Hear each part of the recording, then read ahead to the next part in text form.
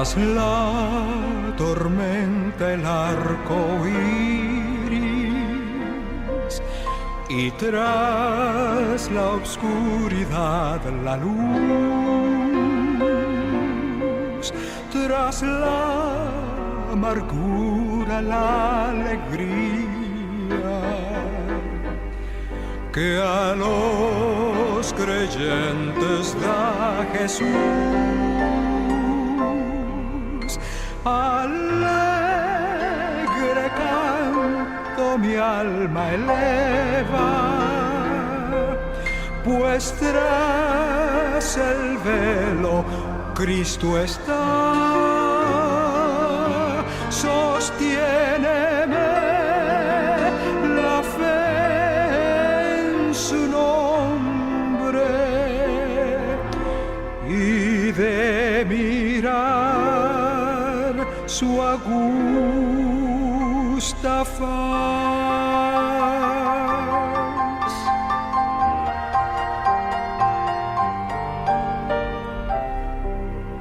Tras el invierno primavera, tras el combate rudo paz, tras triste valle excelsa cumbre,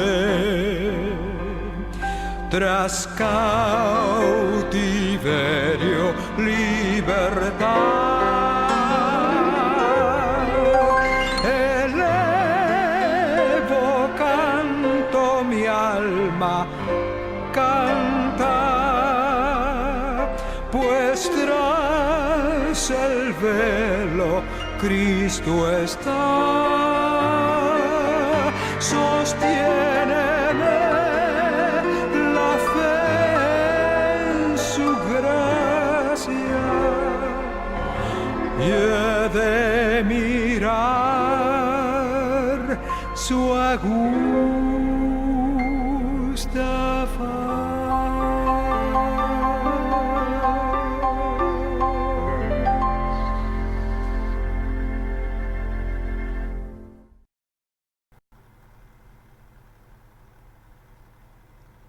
Buenas tardes, hermanos y amigos que nos acompañan en este día en nuestro estudio bíblico y el servicio de adoración a nuestro Dios. La Iglesia Bautista Príncipe de Paz de Morelia, Michoacán, México, les da la más cordial bienvenida. Vamos a orar para poner el estudio bíblico en las manos de nuestro Dios para que Él sea quien lo guíe y podamos aprender lo que Él quiere que aprendamos en este domingo. Oremos a nuestro Dios. Padre nuestro que estás en los cielos, Señor, te damos gracias. Te damos gracias, Padre, porque nos permites reunirnos, porque nos permites estudiar tu palabra. Te pido, Señor, que tú seas quien guíes este estudio bíblico. Que tú, Señor, abras nuestras mentes, abras nuestro entendimiento para que podamos aprender lo que tú quieres que aprendamos y que a través de este estudio bíblico podamos escuchar tu voz. Está pues con nosotros, en el nombre de Cristo Jesús.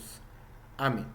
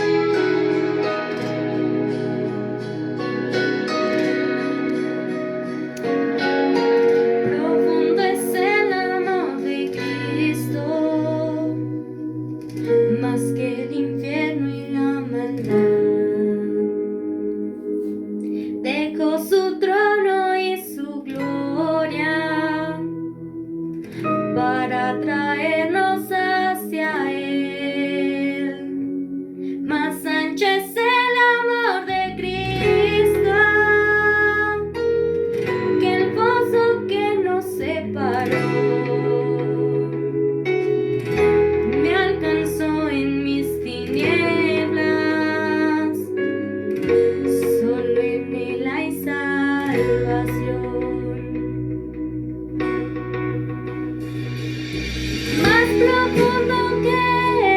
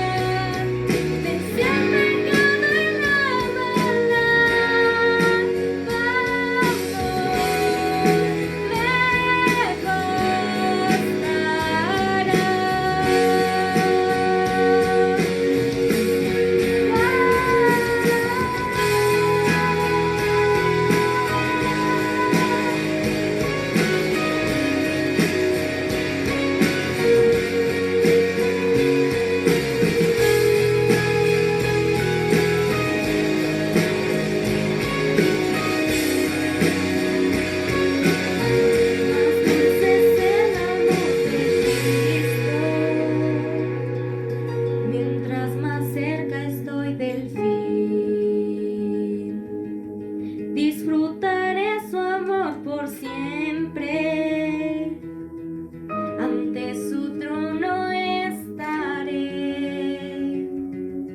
Me llenará el amor de Cristo, aun su rostro contemplar. Yo le amaré por siempre, su alabanza cantaré, su alabanza cantaré, su alabanza cantaré, su alabanza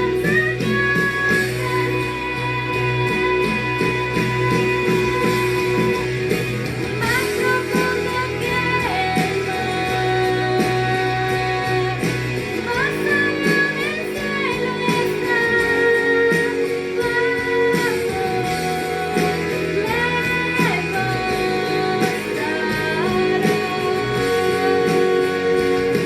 más fuerte que la tempestad, enciende cada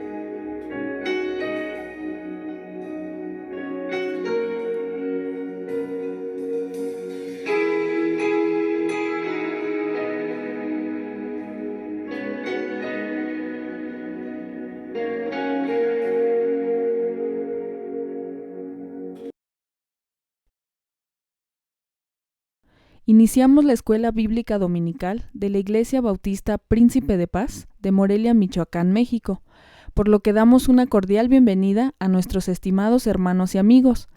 Continuaremos con el estudio de las doctrinas que creemos los cristianos bautistas. En esta ocasión estudiaremos dos importantes temas. Primero, el propósito de la gracia de Dios y segundo, la Iglesia. Esperamos que sea de bendición en sus vidas.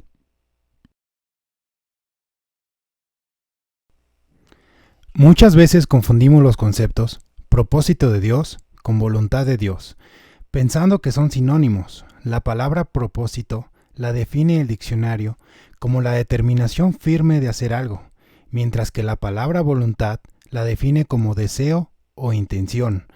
El propósito de Dios va dirigido a toda la humanidad, a todos los seres humanos por igual. ¿Y cuál es el propósito de la gracia de Dios? El propósito de Dios, es decir, la determinación firme de Dios de hacer algo con el ser humano, es que todos los hombres sean salvos.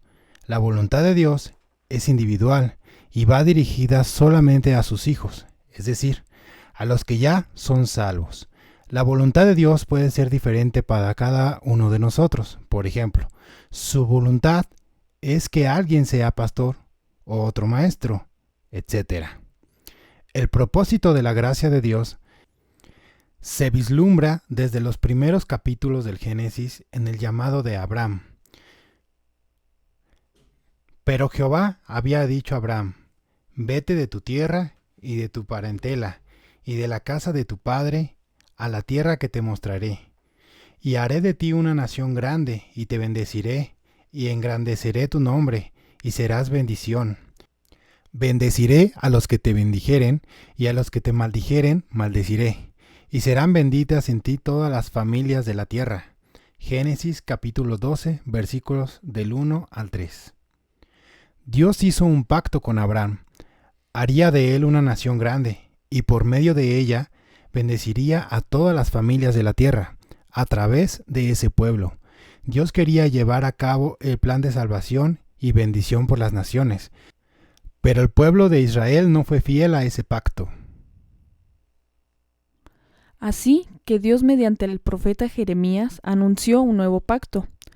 He aquí que vienen días, dice Jehová, en los cuales haré nuevo pacto con la casa de Israel y con la casa de Judá, no como el pacto que hice con sus padres el día que tomé su mano para sacarlos de la tierra de Egipto, porque ellos invalidaron mi pacto, aunque fui yo un marido para ellos, dice Jehová.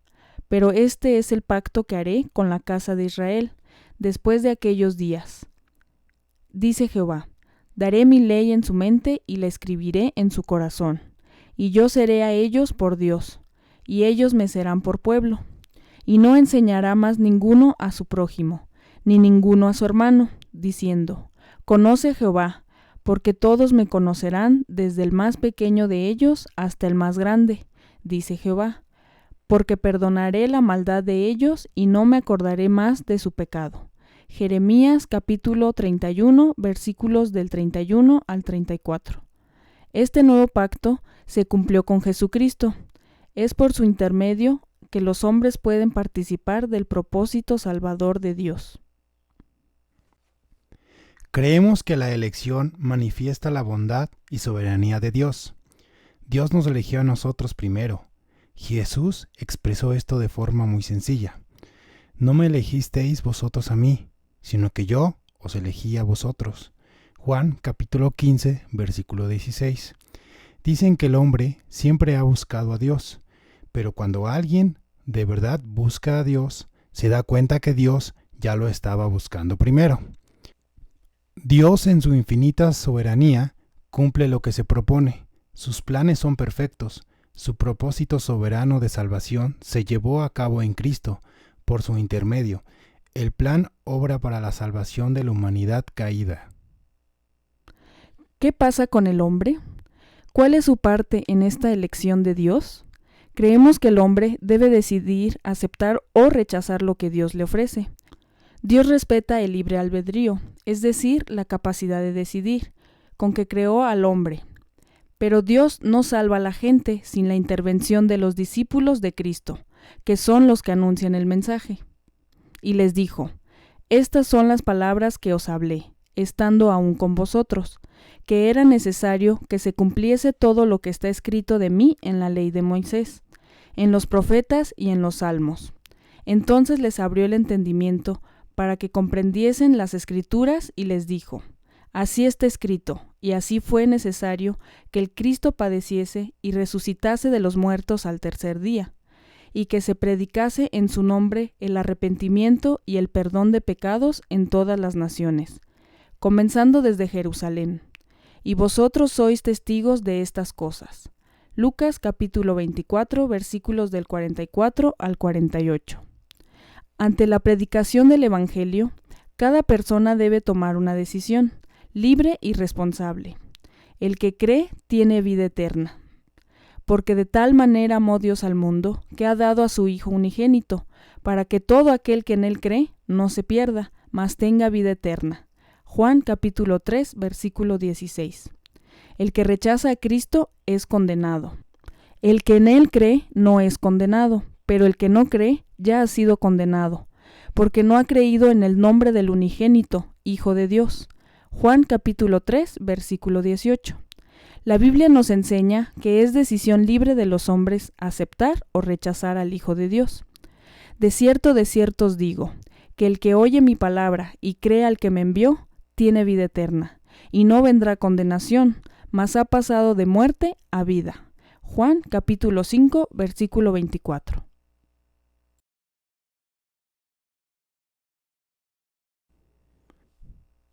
Los cristianos bautistas creemos que la salvación no se pierde. Un verdadero creyente persevera hasta el final. El verdadero creyente se compromete en una entrega total de su vida al señorío de Cristo. El Señor Jesús afirmó, yo les doy vida eterna, y no perecerán jamás, ni nadie las arrebatará de mi mano. Juan capítulo 10, versículo 28. Jesús, el Padre y el Espíritu Santo son quienes aseguran nuestra salvación. Jesús afirmó, refiriéndose a sus discípulos como sus ovejas, mi Padre que me las dio es mayor que todos, y nadie las puede arrebatar de la mano de mi Padre. Juan capítulo 10, versículo 29. Acerca de la seguridad personal de la salvación, el apóstol Pablo afirmaba: porque yo sé a quien he creído y estoy seguro que es poderoso para guardar mi depósito para aquel día. Segunda carta del apóstol Pablo a Timoteo, capítulo 1, versículo 12. Después de hacer un análisis de las cosas que pueden hacer que se pierda la salvación, Pablo nos dice: ni lo alto, ni lo profundo, ni ninguna otra cosa creada nos podrá separar del amor de Dios, que es en Cristo Jesús, Señor nuestro. Romanos capítulo 8, versículo 39. El apóstol Pedro nos enseña que es Dios el que interviene de manera personal para guardar a los suyos, que sois guardados por el poder de Dios mediante la fe, para alcanzar la salvación que está preparada para ser manifestada en el tiempo postrero. Primera carta del apóstol Pedro, capítulo 1, versículo 5. Sin embargo, el cristiano puede caer en pecado por negligencia y tentación, por lo cual entristece o aflige al Espíritu Santo, menoscaban sus virtudes y su bienestar espiritual, provocan que haya reproches para la causa de Cristo y que se hagan juicios temporales adversos a ellos. Por eso el apóstol Pablo hace hincapié sobre tomar muy en serio la vida cristiana. Por tanto, amados míos, como siempre habéis obedecido, no como en mi presencia solamente, sino mucho más ahora en mi ausencia, ocupaos en vuestra salvación con temor y temblor, porque Dios es el que en vosotros produce así el querer como el hacer, por su buena voluntad. Filipenses capítulo 2, versículos 12 y 13. El cristiano recibió esta salvación como un regalo. Ahora debe ocuparse en que rinda frutos plenos en la vida. ¿Cómo se explican los casos de aquellos que se apartan de la fe? Creemos que la única explicación es que no eran verdaderos creyentes. Salieron de nosotros, pero no eran de nosotros, porque si hubiesen sido de nosotros, habrían permanecido con nosotros. Pero salieron para que se manifestase que no todos son de nosotros. Primera carta del apóstol Juan, capítulo 2, versículo 19. Nosotros nunca debemos, porque no podemos, pronunciar un juicio condenatorio, pero la palabra de Dios indica que los frutos y las actitudes hablan más fuerte que las declaraciones religiosas.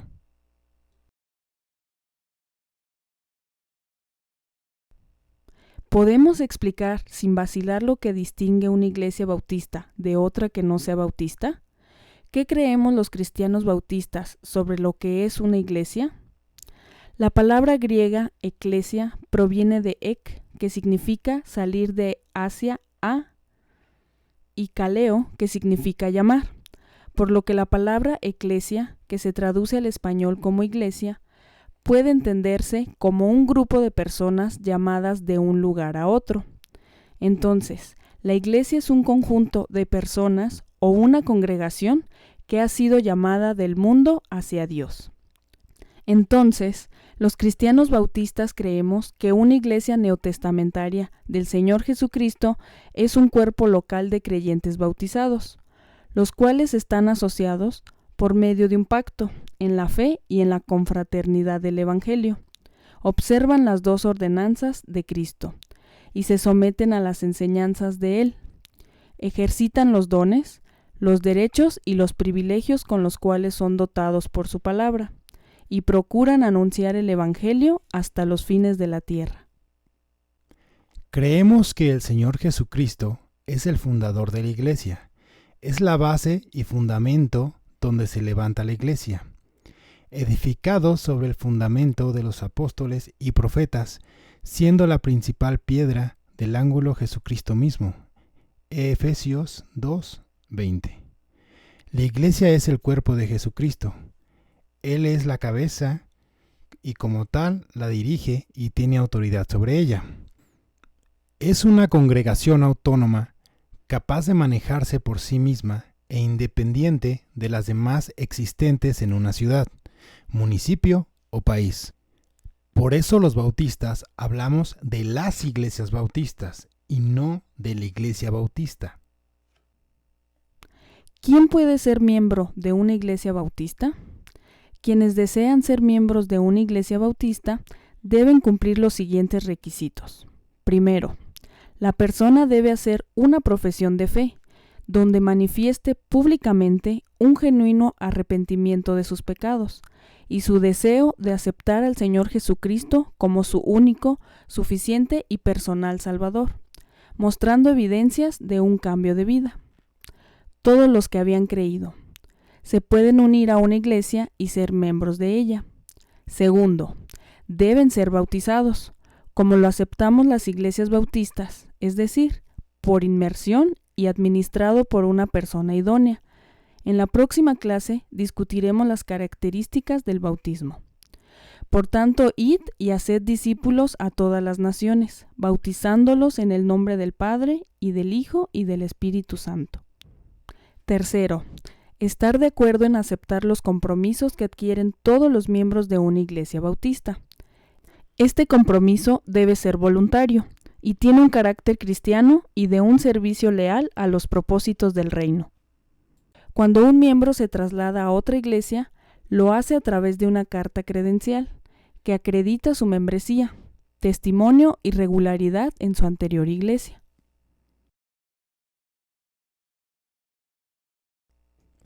Las iglesias bautistas tienen un gobierno eclesiástico cuyo poder es ejercido por la congregación de la iglesia local.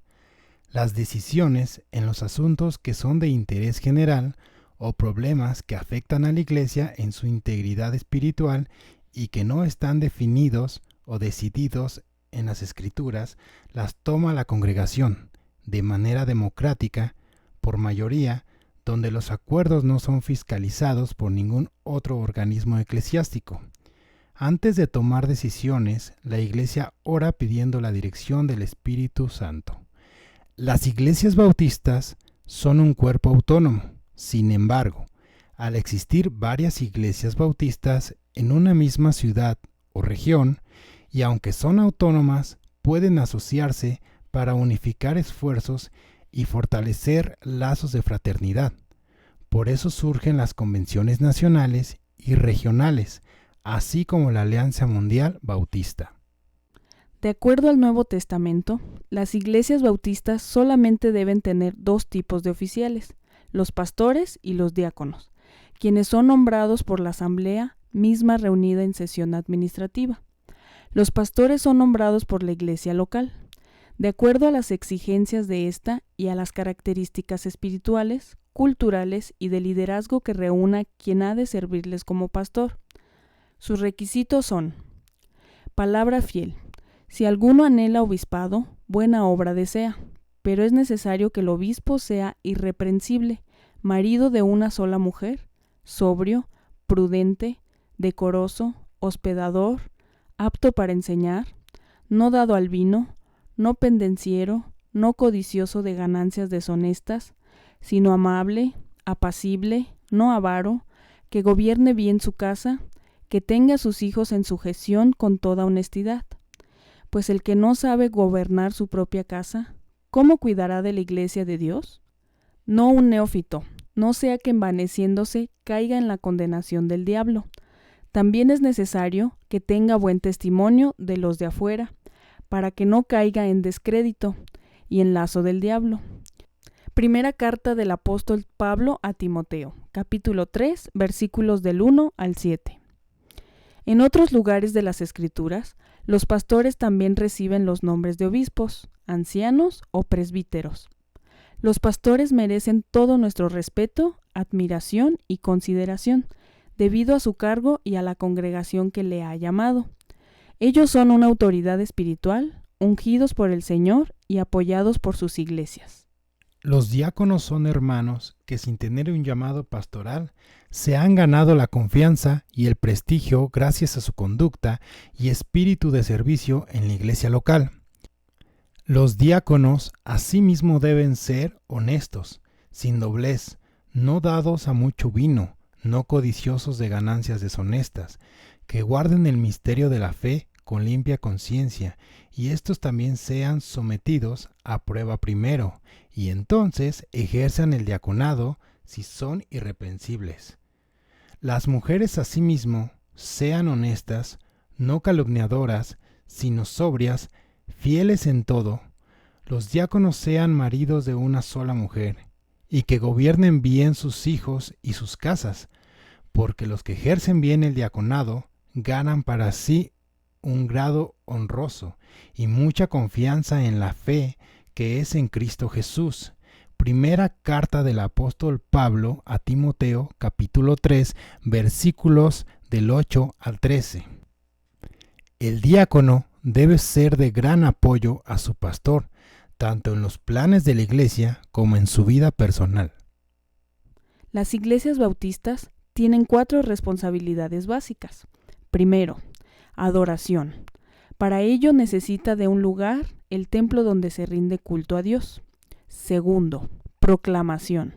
Las iglesias bautistas deben cumplir con la Gran Comisión. Tercero, comunión. Las iglesias bautistas deben procurar el compañerismo entre sus miembros. Cuarto, enseñanza-aprendizaje. Las iglesias bautistas usan la Biblia como libro de texto, entre las actividades que cumplen esta responsabilidad. Aunque no es la única, tenemos la escuela bíblica dominical.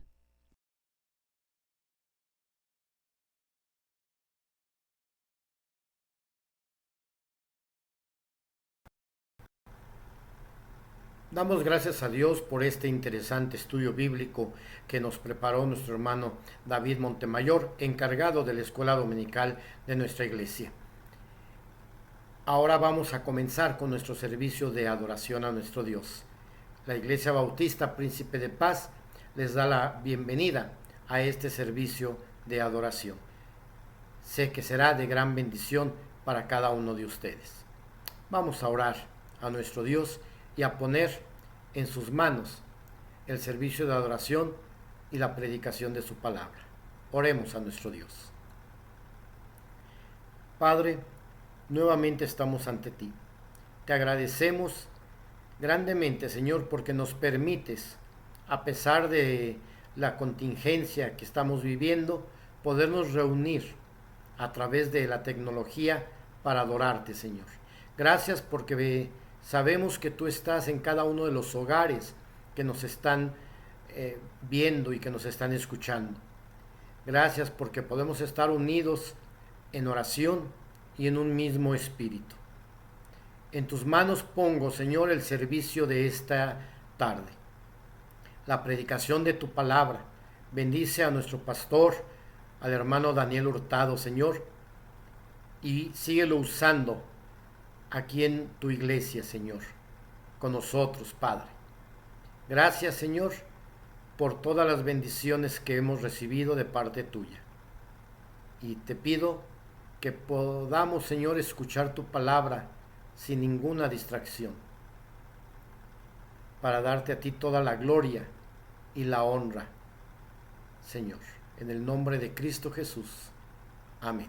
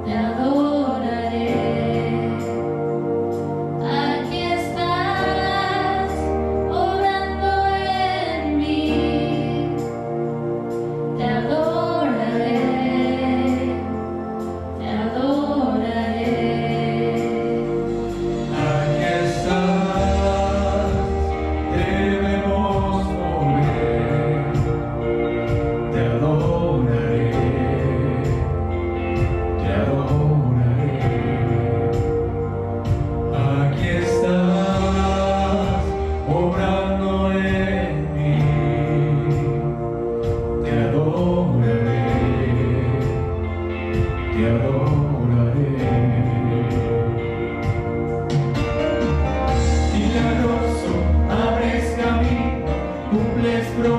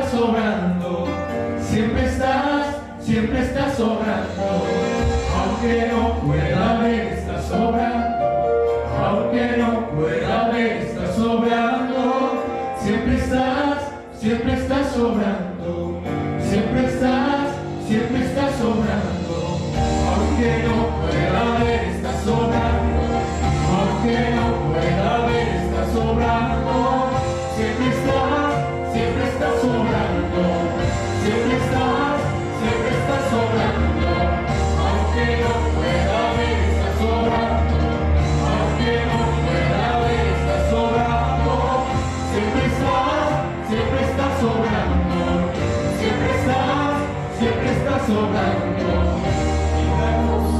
Abres camino, cumples promesas, luz en tinieblas, mi Dios, así eres tú.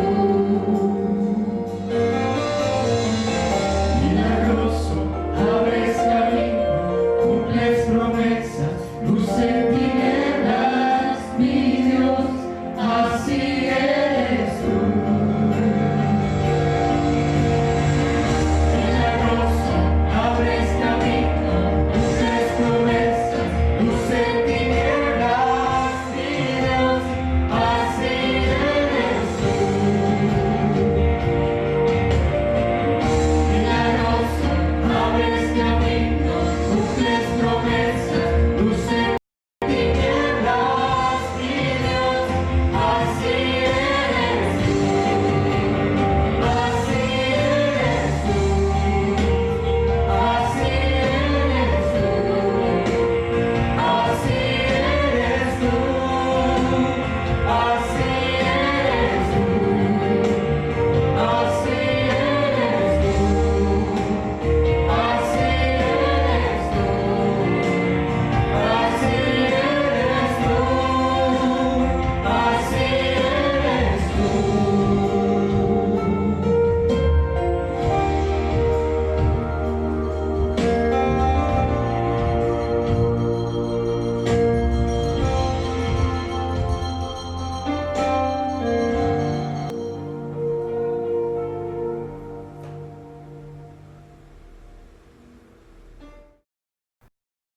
Hermanos, les voy a invitar que abran sus Biblias en el Evangelio de Marcos, capítulo 4, versículos del 35 al 40. Evangelio de Marcos, capítulo 4, versículos del 35 al 40. Vayan siguiendo la lectura. Dice así la palabra de Dios. Y despidiendo a la multitud, le tomaron como estaba en la barca, y había también con él otras barcas. Pero se levantó una gran tempestad de viento y echaba las olas en la barca, de tal manera que ya se anegaba. Y él estaba en la popa, durmiendo sobre un cabezal, y le despertaron, y le dijeron: Maestro, ¿no tienes cuidado que perecemos? Y levantándose, reprendió al viento, y dijo al mar: Calla, enmudece. Y cesó el viento, y se hizo grande bonanza. Y les dijo: ¿Por qué estáis así amedrentados? ¿Cómo no tenéis fe?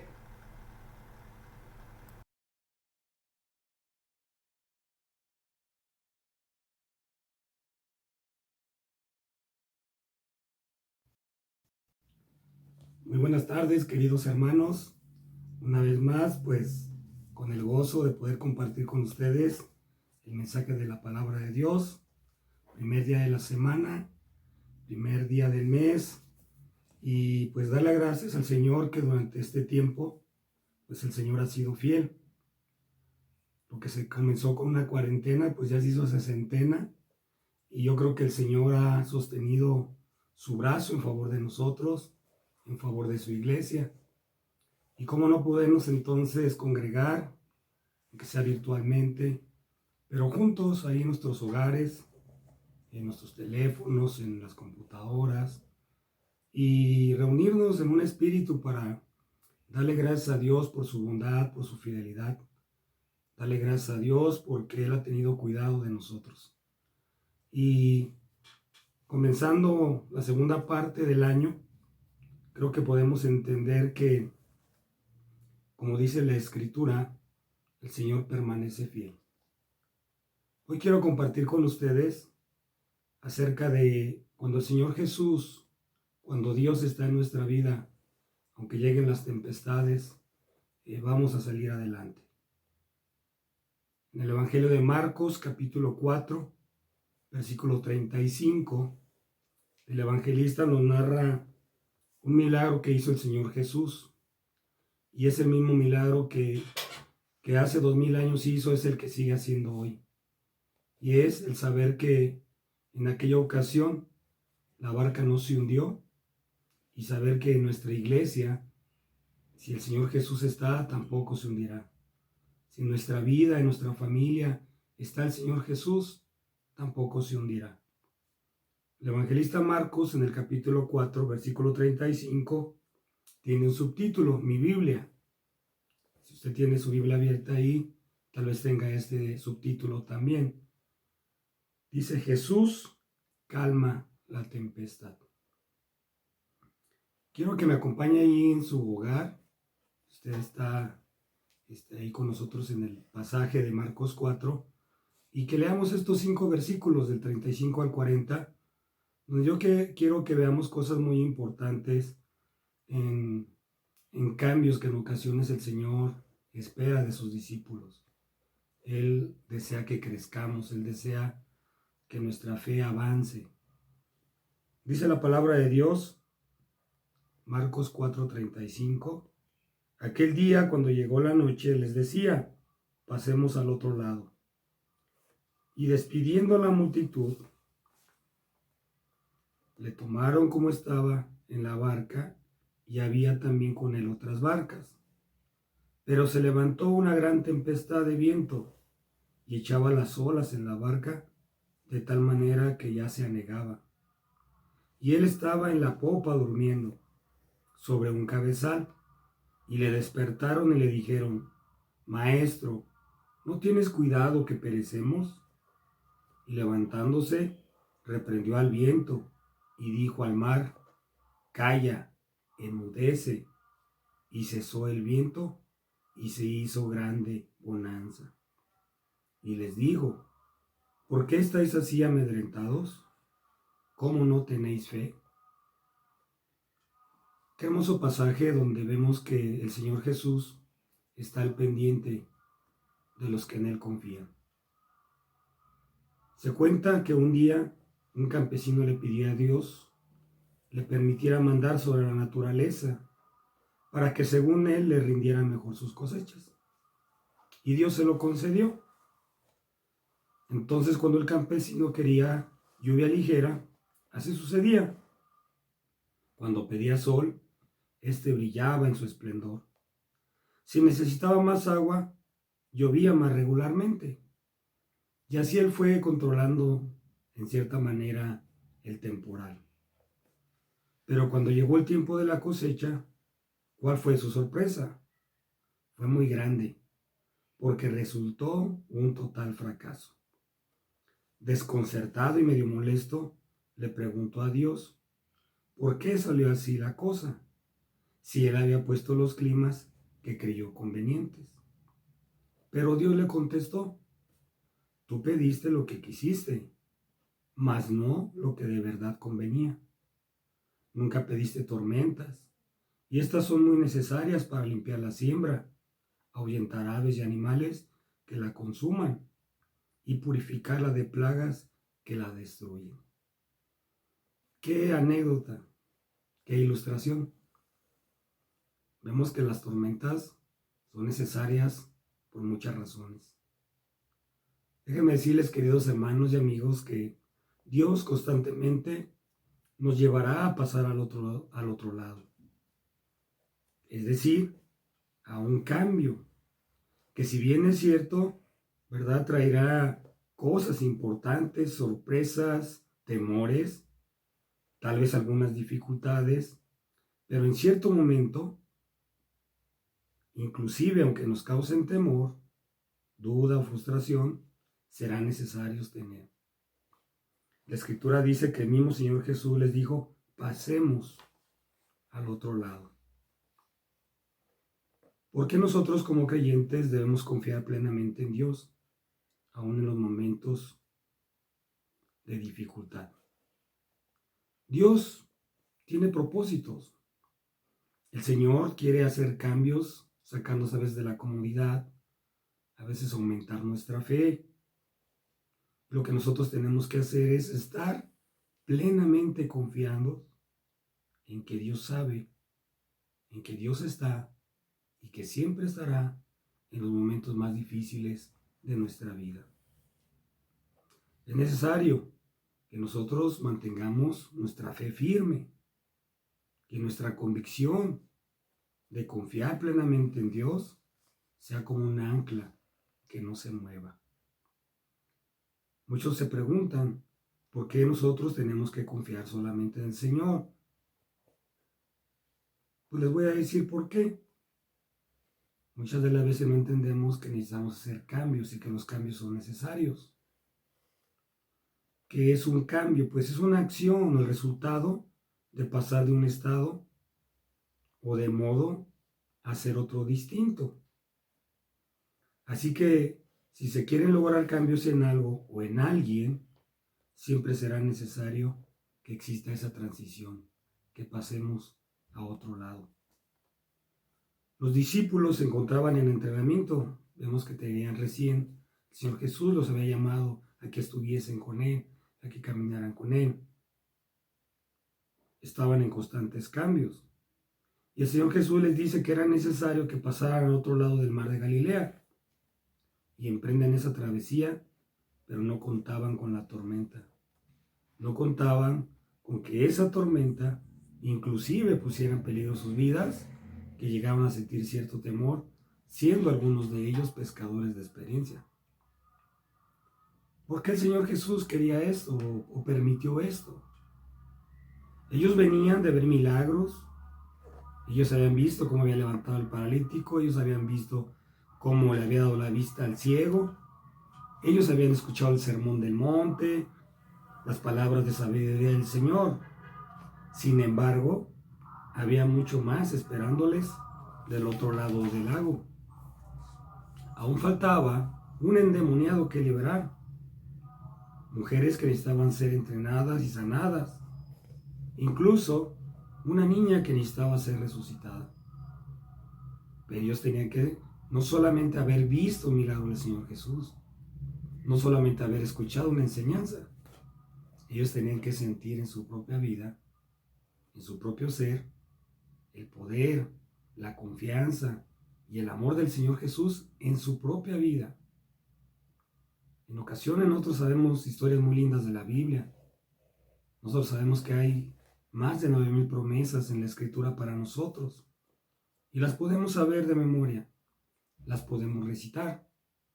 Pero saben, en los momentos de dificultad es cuando estas promesas de la Escritura recobran vida y es lo que fortalece nuestra fe, lo que fortalece, ¿verdad?, nuestra esperanza. Todo esto traería cambios necesarios en su vida. Solo que vuelvo a repetir, no contaban con esa tempestad que narra el evangelista Marcos.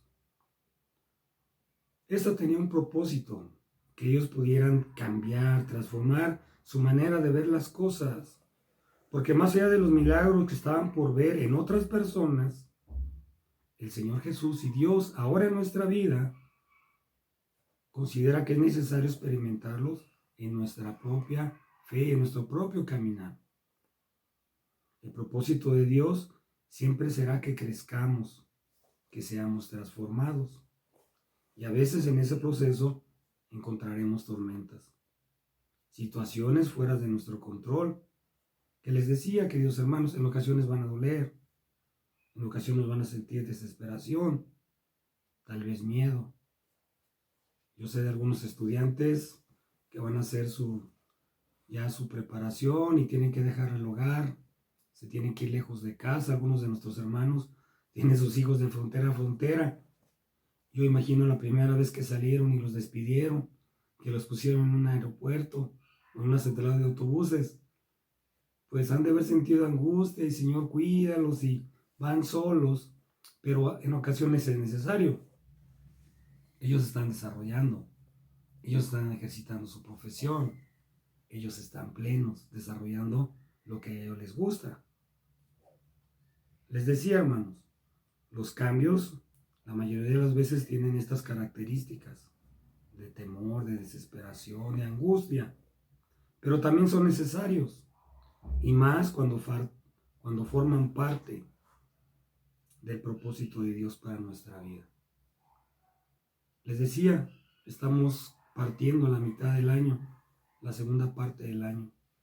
¿Qué cambios no han pasado en el mundo? Han pasado cambios en la manera de las escuelas. Hemos pasado en cambios en momentos de congregarnos. Y si hay dudas y temores y cuando se abre el templo nos volvamos a reunir, ¿cuántos vamos a regresar? Si hay pensamientos así, de desesperación, ¿cuándo nos vamos a volver a reunir y formar el grupo de alabanza y abrazarnos? ¿Cuándo? Estamos en cambios, pero el Señor tiene un propósito. Es necesario confiar en Dios, porque precisamente Él es quien nos ha dicho, pasemos al otro lado. El estancamiento no es su propósito, el crecimiento sí. Y este requiere de cambios que a veces traerán tempestades consigo. Otra cosa que puedo ver, hermanos, en este pasaje que estoy compartiendo con ustedes es que si el Señor Jesús está en la barca, nosotros podemos estar seguros que no se hundirá. Cuando existe un problema y uno sabe que el resultado será positivo, pues eso nos produce paz, nos da tranquilidad, nos hace sentir seguros porque tenemos la convicción de que pase lo que pase, el resultado será favorable. Pero de no saberlo, lo que habrá será ansiedad, desesperación y temor, porque no se sabe cuál será el desenlace del problema. Y aquí los discípulos pues no sabían cuál sería el final. Cuando la tempestad empezó a golpearlos y el agua empieza a meterse a la barca, dice aquí el pasaje que parecía que se anegaba, en versículo 37, se levantó una gran tempestad de viento y echaba las olas en la barca, de tal manera que ya se anegaba. Se estaba inundando. ¿Cuáles serían los pensamientos de los discípulos? Sin duda alguna podían tener miedo y trataban de hacerle frente a esa situación. Momentos antes, al subir con Jesús en la barca, ellos sentían seguridad. El Maestro va con nosotros. El que le dio la vista al ciego va en la barca. No va a pasar nada, todo está bien. Porque el mismo Señor Jesús es de quien había surgido la idea de navegar para cruzar al otro lado. Entonces, ¿qué había cambiado en ese momento? De un momento de seguridad, de tranquilidad, que ellos iban con el Señor, con el Rey, en fin, ahora se encuentran en esa encrucijada de esa tempestad, de ese cambio. Tal vez el hecho de no ver a Jesús despierto, sino dormido, como si nada, era lo que les hizo estar o sentir un poco de desesperación. Tal vez eso hizo que su fe se viera afectada. Que el Señor Jesús estuviera dormido no significaba que no estuviera al cuidado de ellos. Y eso es algo muy importante, hermanos. Que el Señor Jesús estuviese dormido, como dice el pasaje, no significa que no estuviera al cuidado de ellos. Simplemente Él sabía el resultado de la tempestad. Dice la Escritura, versículo 38. Y Él estaba en la popa, durmiendo sobre un cabezal. Los discípulos hicieron lo correcto en cuanto a acudir a Jesús. Sin embargo, más que un clamor acompañado de fe, así con los símbolos que aparecen aquí o signos de admiración, pareciera no tanto un clamor de fe, sino más bien de desesperación. Cuando el Señor Jesús actúa, les hace saber que mientras Él estuviera en la barca, No importaba qué tan grande fuera la tempestad, no importaba qué tan grandes fueran las olas, porque Él era mucho más grande y porque Él lo sigue siendo hasta hoy en día, queridos hermanos. Él es más grande que cualquier tempestad. Él es más grande que cualquier ola más grande que se pueda enfrentar en nuestra vida. Yo creo que podemos identificarnos mucho con los discípulos. Cuando los problemas comienzan a golpear nuestra vida tan fuerte que sentimos que no habrá futuro, que no hay mucha esperanza, también llega ese punto en el cual creemos que Dios no está al cuidado de nosotros. Lo hemos escuchado en algunos creyentes que de repente no quieren estar a la iglesia, que ya no quieren caminar con el Señor. Ellos piensan que Dios no está al pendiente de ellos, pero no, el Señor es fiel. Lo que yo debo de asegurar es que Jesús esté en mi vida, que el Señor Jesús esté en mi corazón, que Cristo esté en mi barca. Muchos llegan a creer que Dios no está al cuidado de ellos. Si no, de otra manera ya estarían haciendo algo en favor o tal vez librándolos de lo que están pasando. Muchas veces ignoramos que mientras el Señor está en silencio, igual su Espíritu está obrando en nuestro favor. En ocasiones se nos pasa que Él prometió estar en nuestra vida, que no es necesario que nosotros veamos si Él está actuando o no. Lo que yo tengo que asegurar es que Él esté en mi vida.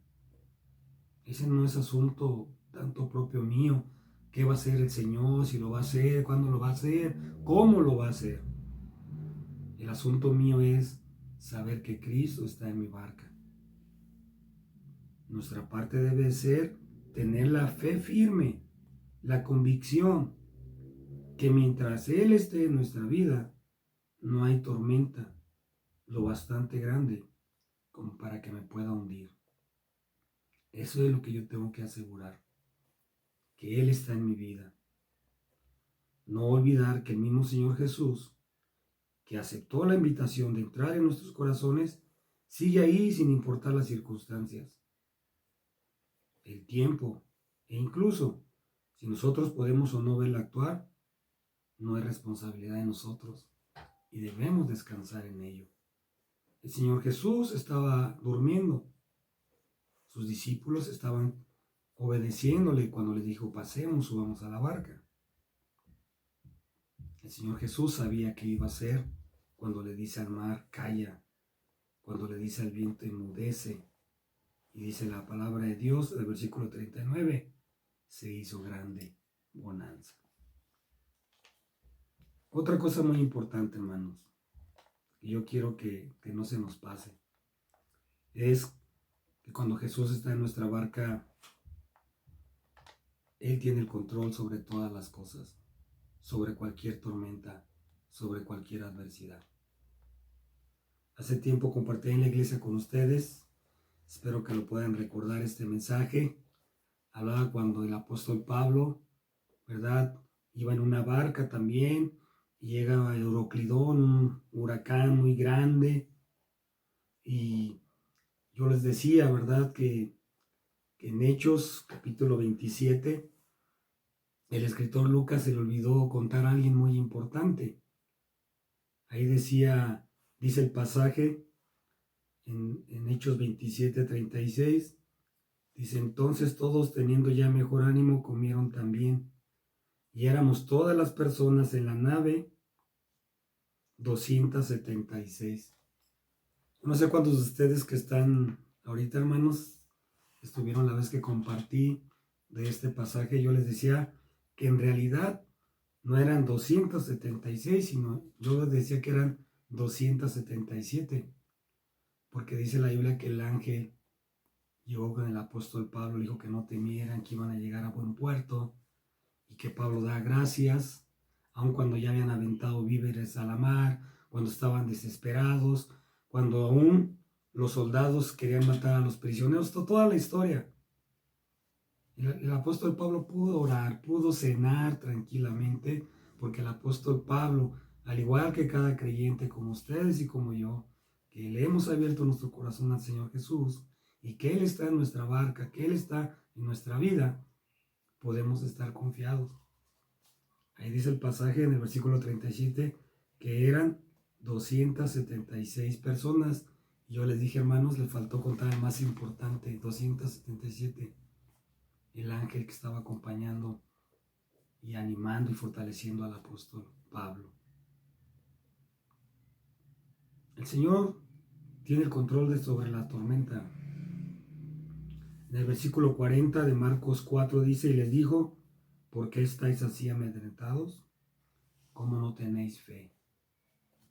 La palabra fe, empleada en el versículo 40, viene del griego pistis, que significa convicción, confianza en Cristo para salvación y credibilidad.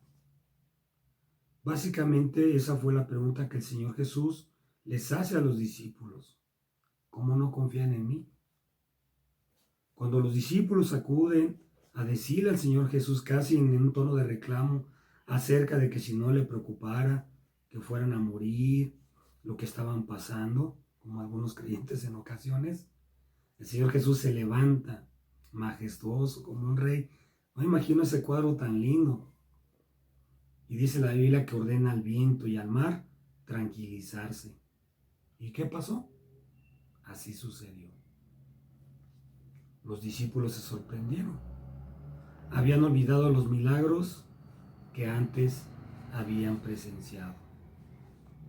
Espero que nosotros, durante estos 6 meses que han pasado, no olvidemos que hasta ahora, ¿verdad?, en la iglesia, en nuestras familias, no ha habido un enfermo o algún deceso por esta plaga que ahora está.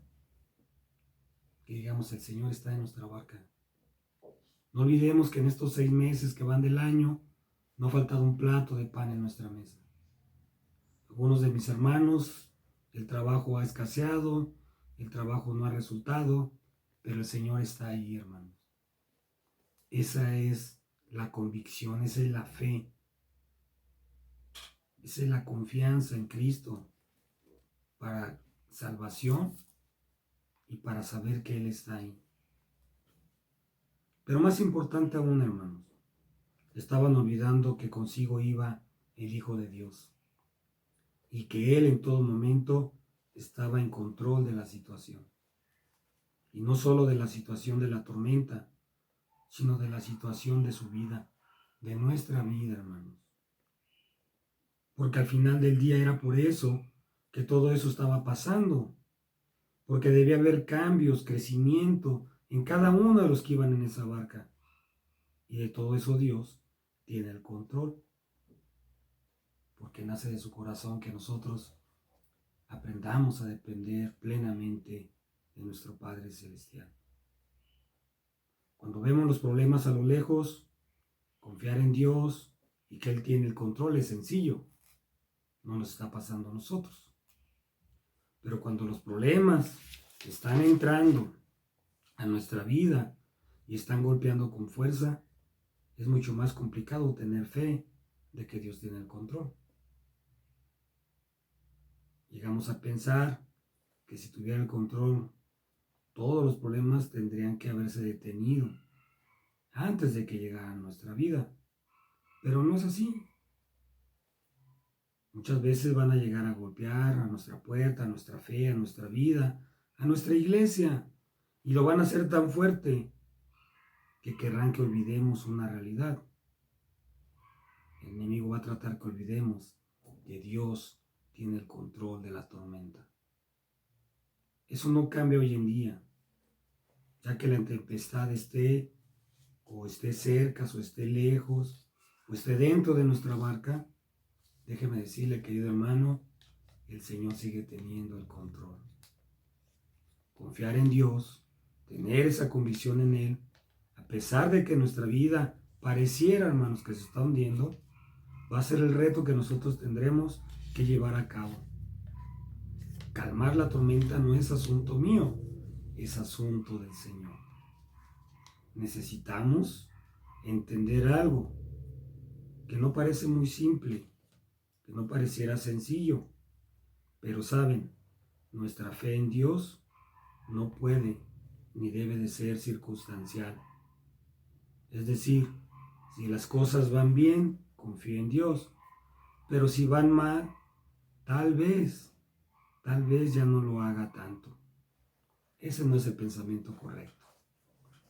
Este será el reto personal que tendremos por delante, hermanos, hasta que nos volvamos a reunir físicamente, hasta que volvamos a regresar a nuestro templo, hasta que lleguemos, si es su voluntad de Dios, al final del año. Yo sí puedo asegurar algo, hermanos. Dios va a actuar, pero no podemos evitar lo que nos corresponde hacer a nosotros. Y eso es tener una fe firme, una convicción genuina de que Él va a actuar en nuestro favor. Y les decía, queridos hermanos y amigos, no sé si sea en su caso, pero durante estos 6 meses, lo que empezó con una cuarentena, que son 40 días, que ya va a sesentena o noventena, no sé, cada uno de los que estamos en las manos de Dios podemos decir, el Señor no va a dejar que se hunda nuestra barca. Conocemos la historia y sabemos que esa barca no se hundió, que el mar y el viento se calmaron y que en el momento preciso el Señor Jesús actuó y Él lo va a seguir haciendo hoy en nuestra vida, en nuestra familia, con nuestros amigos y hermanos enfermos por los que hemos estado orando, todo en la voluntad y en el tiempo de Dios. Los discípulos no sabían el desenlace, no sabían el final, como ahora conocemos nosotros la historia. Nosotros no sabemos el desenlace de la tempestad que azota ahorita este tiempo en el mundo o algo que esté pasando en nuestra vida. Pero el que sí sabe qué pasará y que hoy en día sabe qué es lo mejor es el Señor Jesús. Y el mismo Señor que iba en esa barca con ellos es el mismo Jesús que va en nuestra barca hoy por hoy y cada día. Concluyo, queridos hermanos. ¿Por qué confiar en Dios? ¿Por qué? Yo creo, hermanos, que lo que está sucediendo nos debe de mover a transformarnos según su voluntad. Por eso yo debo de confiar en Dios. Él tiene un propósito. Y la Escritura lo dice, que a los que aman a Dios todas las cosas ayudan a bien. ¿Por qué confiar en Dios? Porque Él está en nuestra vida. Y mientras permanezca Él ahí, la tormenta no nos hundirá. ¿Por qué confiar en Dios? Porque el Señor tiene el control de cada detalle, de cada lucha y de cada batalla que pueda llegar a nuestra vida. Espero, queridos hermanos, que durante este tiempo tengamos un corazón siempre, hermanos, como decía el apóstol Pablo, de gozo, de gratitud. Yo sé que hay diferentes etapas durante este tiempo, con enfermos, con dificultades, pero el desenlace mejor lo sabe Dios y Él siempre querrá lo mejor para nosotros. Dios les bendiga y les guarde, queridos hermanos, y les recuerdo que el jueves, con la ayuda de Dios, estamos viendo personas que conocieron, que tuvieron un encuentro con Jesús y cómo su vida cambió de una manera muy especial. Y gracias por el bonito mensaje del jueves, del paralítico, donde vemos que aquel que llega a Jesús, ¿verdad? Su vida cambia de muchas maneras, física, espiritual y sobre todo, como hacía énfasis nuestro hermano Eduardo, por la eternidad. Dios les bendiga y les guarde, queridos hermanos. Un gusto poder reunirnos como iglesia, no olvidando que cada domingo, cada primer día de la semana y todos los días son días del Señor. Hasta pronto.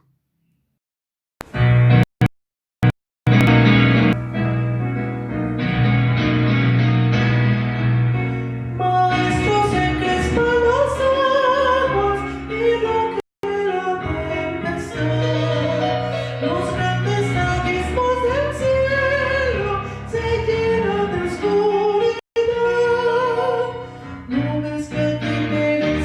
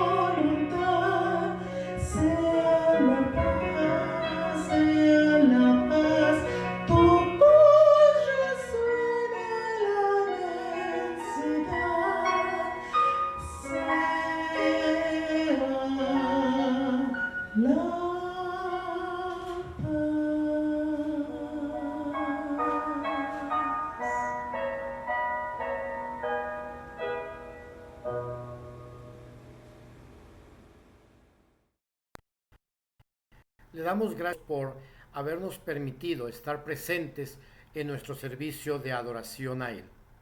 Les invito para que el próximo jueves a las 7 de la noche estén con nosotros acompañándonos en nuestro servicio de oración. Jueves a las 7 de la noche.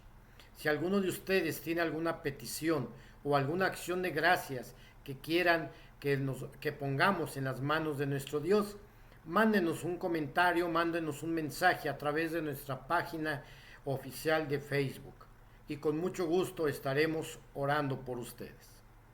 Vamos a orar a nuestro Dios.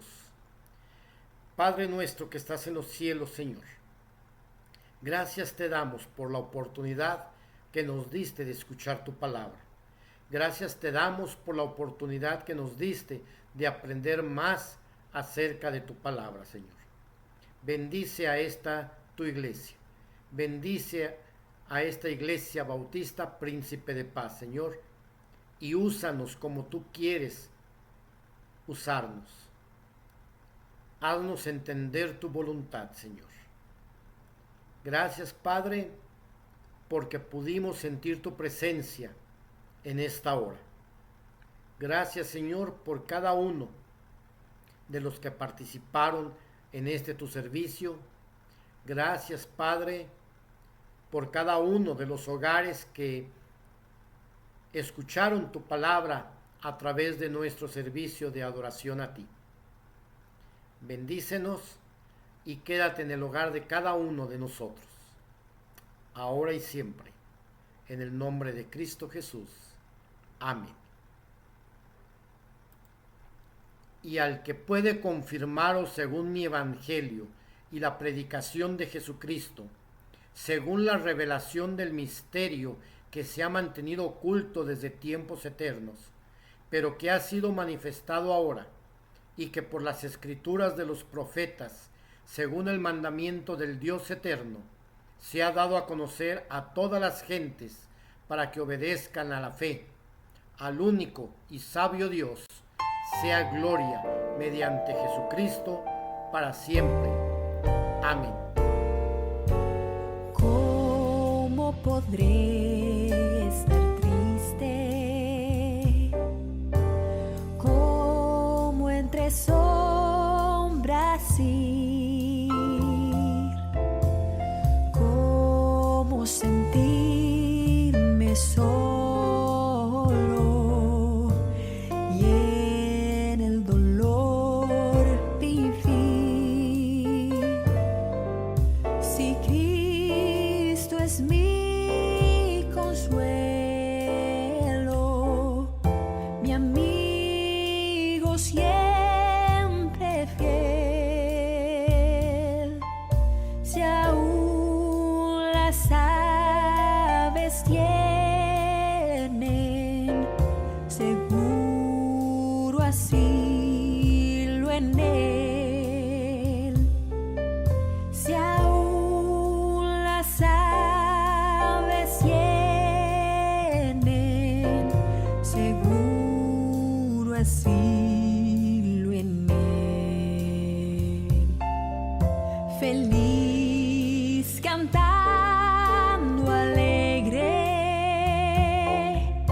yo vivo siempre aquí, si Él cuida de las aves, cuidará también de mí.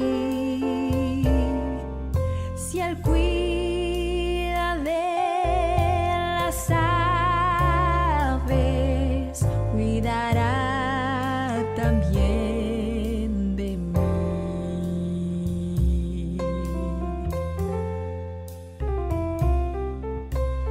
Nunca te